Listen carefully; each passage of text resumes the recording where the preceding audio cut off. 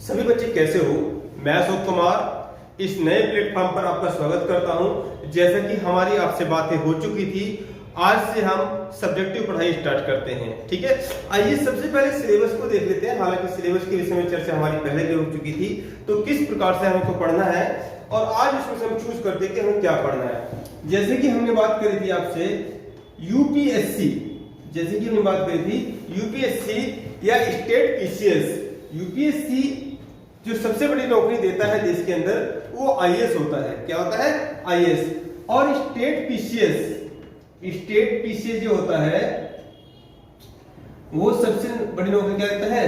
वो एसडीएम की देता है।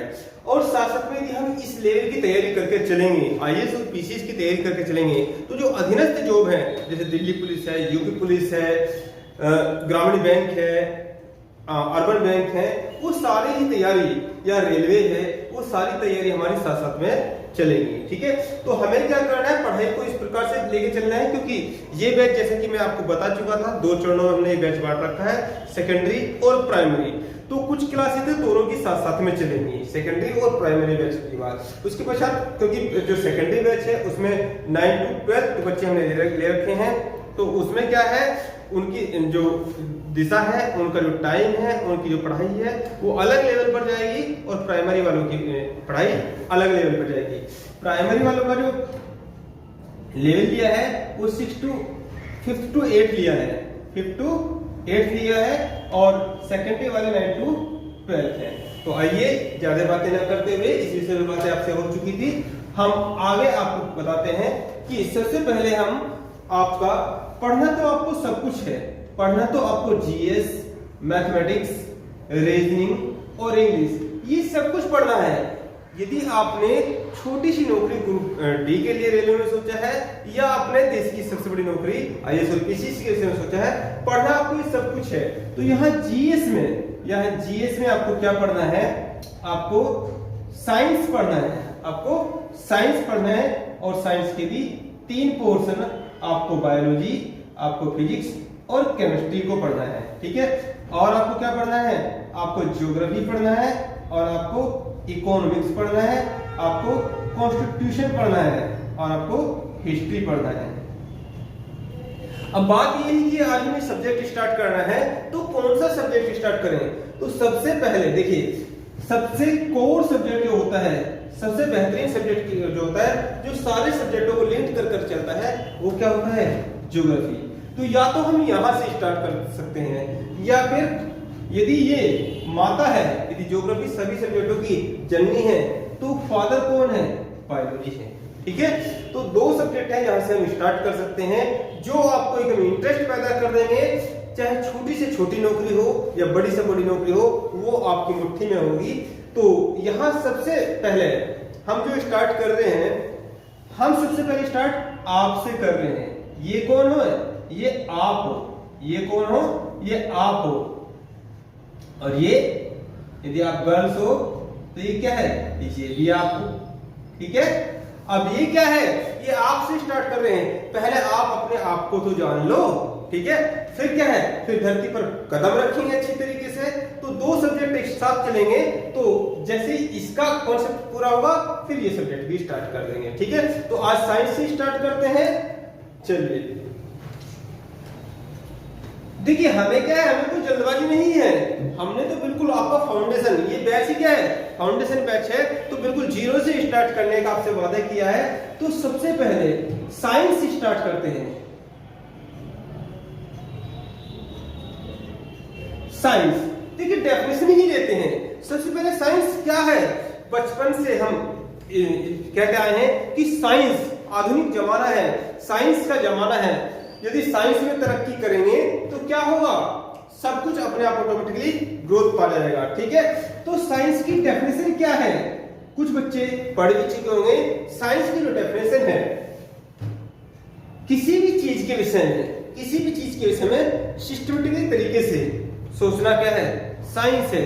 यानी कि यदि हम डेफिनेशन की बात करें, तो किसी विषय का क्रमबद्ध ज्ञान क्या कहलाता है? विज्ञान कहलाता है। जैसे कि सपोज करो ये मार्कर है, ये मार्कर मेरे हाथ में है, तो इसकी कैप है। ये क्या है? कैप है। इसको यहाँ से ओपन करेंगे, इसके अंदर क्या है, एक जिसके अंदर इंक डालते हैं वो चीज है, तो वो सिस्टमेटिकली वे में लगा हुआ है। अब यदि उसको निकाल कर बाहर कर दूं, यहां लगा दूं और प्रेस करता रहूं, तो क्या ये चल पाएगा? जैसे यहाँ फैन लग रहा है या इलेक्ट्रिसिटी है, तो सिस्टमेटिकली वे में किसी भी चीज के लिए यदि हम क्रमबद्ध तरीके से अध्ययन करते हैं तो क्या कहलाता है? साइंस कहलाता है। देखिए, आपको नोट्स भी साथ साथ में बना के चलना है, लेकिन पहले चीजों को समझना है, फिर हम लिखवाएंगे भी। जल्दीबाजी कुछ नहीं है, हमारे पास 6-7 साल का समय है। यदि आप प्राइमरी ग्रुप में हैं तो भी आपके पास 6-7 साल का समय है, और यदि आप सेकेंडरी ग्रुप में, आप 9th में है या 11th में है, 12th में है, तो भी आपके पास समय पर्याप्त है। आराम से पूरा जो सिलेबस होता है वो सिलेबस आपको कवर करा दूंगा। इससे बाहर एक क्वेश्चन, चाहे कोई भी सरकारी नौकरी हो, इससे बाहर एक भी क्वेश्चन नहीं जाएगा। चलिए बात करते हैं साइंस के समय। तो साइंस समझे तो यहां पर जो साइंस पढ़ना है आपको, जो साइंस पढ़ना है, ये 3 प्रकार का साइंस है बच्चों, ठीक है? ये 3 प्रकार का साइंस है किसी भी सरकारी नौकरी के लिए। एक तो आपको बायोलॉजी पढ़नी है, एक आपको फिजिक्स पढ़ना है, और एक आपको केमिस्ट्री पढ़नी है, ठीक है? सरकारी नौकरी के लिए जो बायोलॉजी आती है, लगभग 70% बायोलॉजी आती है, और 25% क्या आता है? फिजिक्स आता है, और 5% क्या आती है? वो केमिस्ट्री आती है। दोनों को मिला दिया जाए तो 30% में ये दोनों है, और 70% में बायोलॉजी है। अब बायोलॉजी ज्यादा क्यों आती है? ऐसा क्यों है कि बायोलॉजी ज्यादा आती है? देखिए, किसी भी सरकारी नौकरी को करोगे तो आप, और जब आप अपने स्वास्थ्य का ही ध्यान नहीं रख पाओगे, जब आप अपने स्वास्थ्य का ध्यान नहीं रख पाओगे, तो आप नौकरी कैसे कर पाओगे? आप टाइम से ड्यूटी नहीं पहुंच पाओगे। तो इसलिए आपको आपके शरीर का ज्ञान होना जरूरी है। इसलिए सबसे ज्यादा किसी भी सरकारी नौकरी में यदि साइंस दिया हुआ है तो साइंस में सबसे ज्यादा जो पूछता है वो बायोलॉजी पूछता है, ठीक है?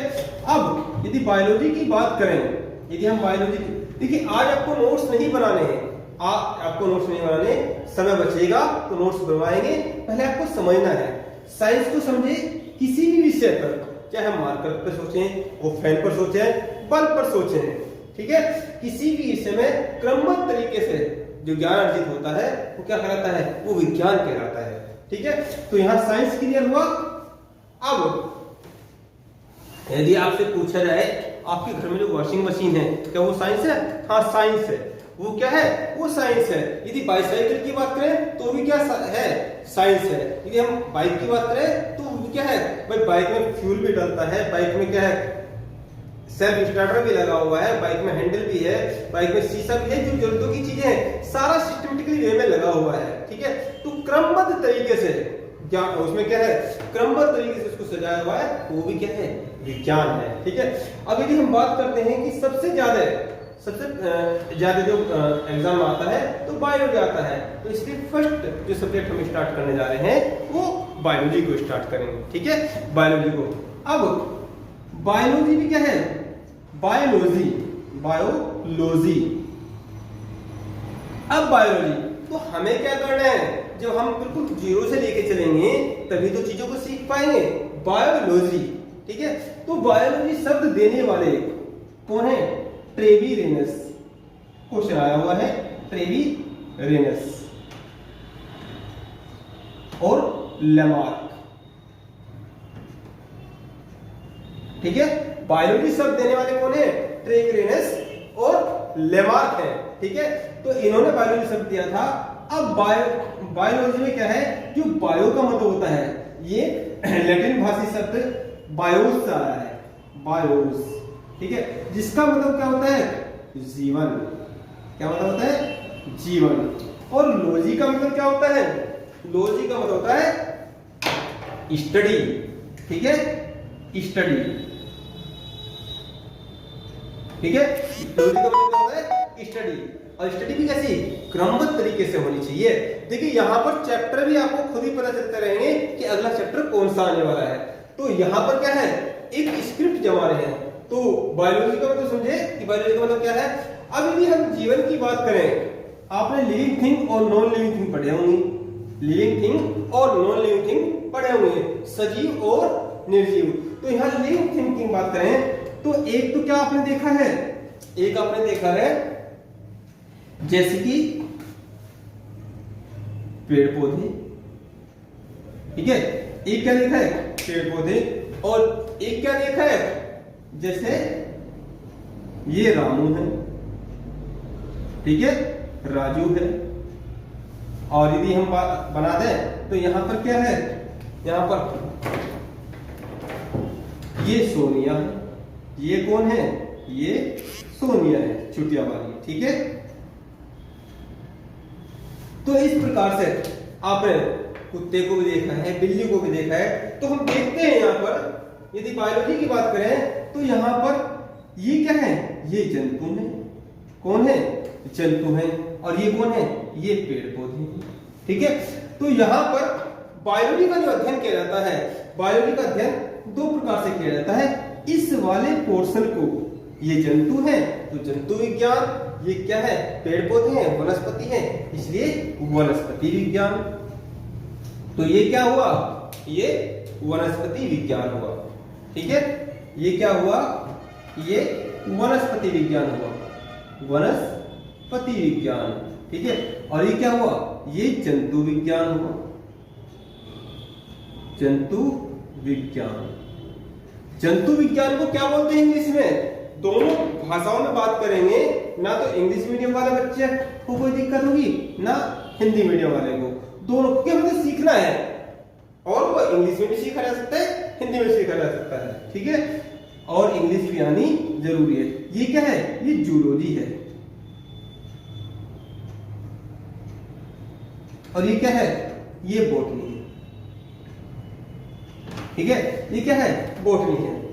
तो बायोलॉजी का अध्ययन, बायोलॉजी का मतलब क्या होता है, जीवन का अध्ययन, सजीव का अध्ययन। तो सजीव कितने प्रकार के होते हैं, दो प्रकार के होते हैं, एक तो जंतु होते हैं और एक क्या होते हैं, पेड़ पौधे होते हैं। तो जंतु की स्टडी को, क्योंकि बायोलॉजी में तो स्टडी करेंगे, और स्टडी कैसे करेंगे, क्रमबद्ध तरीके से करेंगे, ठीक है। तो यहाँ पर इसकी स्टडी को क्या बोलते हैं, वो जंतु विज्ञान यानी कि जूलॉजी, और इसकी स्टडी को क्या बोलते हैं, वनस्पति विज्ञान यानी कि बॉटनी। अब इस प्रकार से स्टडी करने वाले हैं, इस प्रकार से स्टडी करने वाले हैं, सबसे पहले जंतु के बारे में स्टडी की थी, जंतु के बारे में स्टडी जो की थी, ठीक है। तो यहां पर एक साहब है, कौन, ये एक साहब है ये, और इनका नाम क्या है, अरस्तु। क्या नाम है इनका, अरस्तु। तो सबसे पहले जंतु के बारे में जो स्टडी की थी वो अरस्तु ने की थी, ठीक है। तो इसलिए अरस्तु को जीव विज्ञान का, जंतु विज्ञान का क्या कहते हैं, पापा कहते हैं। क्या कहते हैं, जंतु विज्ञान का पापा। तो कभी भी आपसे क्वेश्चन आए कि जंतु विज्ञान के पिता कौन है, द फादर ऑफ जूलॉजी कौन है, तो अरस्तु है, क्योंकि इन्होंने जंतु के बारे में सिस्टमेटिकली तरीके से स्टडी किया था, ठीक है। तो इसके ये कौन है, ये जंतु विज्ञान के पापा है, पापा यानी कि फादर है। तो इसी प्रकार से अब क्योंकि इन्होंने सबसे पहले जंतु के बारे में स्टडी की थी, और जंतु जो है, जंतु भी पार्ट किसका है, बायोलॉजी का, इसलिए इनको बायोलॉजी का पिता भी कह देते हैं, ठीक है। तो कभी भी आपसे क्वेश्चन पूछे कि बायोलॉजी के पिता कौन से हैं, या द फादर ऑफ बायोलॉजी कौन है, तो अरस्तु है, ठीक है। और फादर ऑफ जूलॉजी कौन है, तो अरस्तु है, ठीक है। दोनों ही क्या है, अरस्तु है। और यदि आपसे पूछा जाए कि इस प्रकार से यहां पर स्टडी करने वाले, जंतु के बारे में स्टडी करने वाले कौन है, तो जंतु के बारे में स्टडी करने वाले हैं ये दूसरे व्यक्ति हैं, पेड़ पौधों के बारे में, है ना, पेड़ पौधों के बारे में। तो इनका नाम है कौन, थियोफ्रेस्टस, थियोफ्रेस्टस। देखिए हमें ज्यादा स्टडी नहीं करनी है, लेकिन जितनी स्टडी करनी है, जितने बिंदुओं पर बात हुई है ना, तो हमें याद करना है, वो सारे क्लियर करते हुए चलना है, ठीक है। यही हमारी क्या है, यही हमारी रणनीति है। अब इन्हें क्या है, इन्हें हमें लिखना भी है। तो यहाँ पर ये किसके पापा है? ये पापा है किसके? वनस्पति विज्ञान के। किसके? वनस्पति विज्ञान के। तो आपसे पूछा जाए वनस्पति विज्ञान के पापा कौन है या वनस्पति विज्ञान के पिता कौन है या द फादर ऑफ बॉटनी कौन है, तो कौन है? थियोफ्रास्टस साहब। ठीक है, अब इसी चीज को क्या करना है, इसी चीज को आपको लिपिबद्ध कर लेना है। ठीक है, समझ में आया? तो कंफ्यूज कभी नहीं होना है। यदि पूछे कि शब्द देने वाले कौन है, बायोलॉजी शब्द देने वाले ये कौन है? ये शब्द देने वाले हैं। बायोलॉजी शब्द देने वाले कौन है? वो ट्रेविनियस और लेमार्क है। लेकिन बायोलॉजी के पिता पूछे तो कौन है? तो अरस्तु है। कौन है? अरस्तु है। जूलॉजी के पिता पूछे तो कौन है? जूलॉजी के पिता कौन है? वो भी अरस्तु है। ठीक है, लेकिन इसी प्रकार के क्रमबद्ध तरीके से देखिए, क्रमबद्ध तरीके से कैसे एक किताब लिखी है इन्होंने, history of any millennium. History of any millennium. History of any millennium.